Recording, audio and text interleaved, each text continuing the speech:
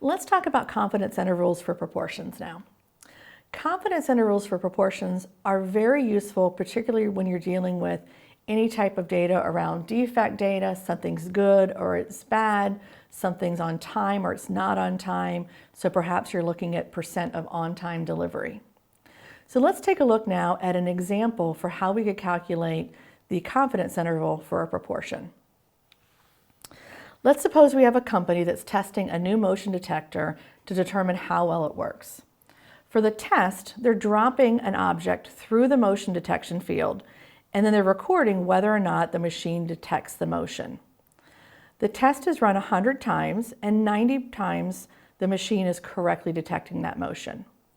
We can use this information then to construct a 95% confidence interval for the true but unknown proportion of times the machine will detect the motion.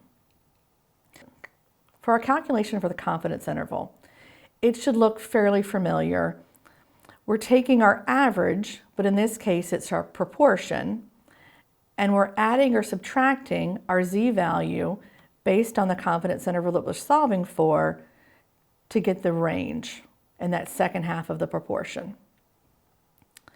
So our p-value we can use then to really understand that confidence interval using our proportion. So we know our n value. The test was run 100 times. Our p-value is proportion that it was correct, which was 90% of the time, 90 divided by 100. And then our t-value, since we're looking at a 95% confidence interval, is 1.96.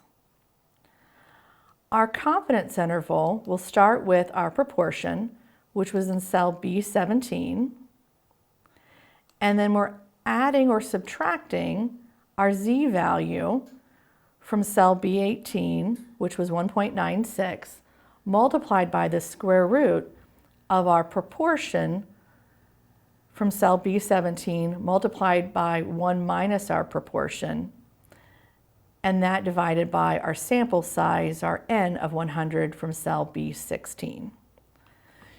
So we have a confidence interval then of 0.9 plus or minus 0.0588.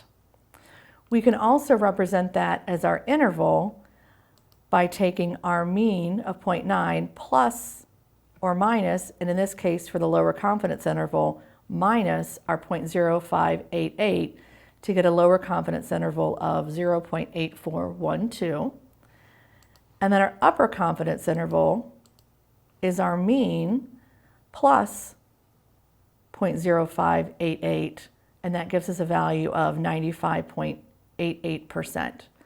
So our confidence interval is, we know with 95% confidence that between 84.12% and 95.88% of the time, this machine will correctly detect motion.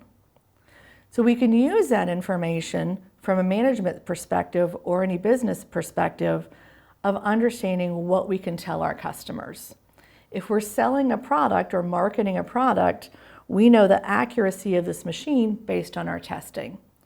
So when we're talking to our individuals, when we're coming up with our marketing campaigns, we can say that we're 95% confident that this motion detector will detect motion correctly between 84 and 95% of the time.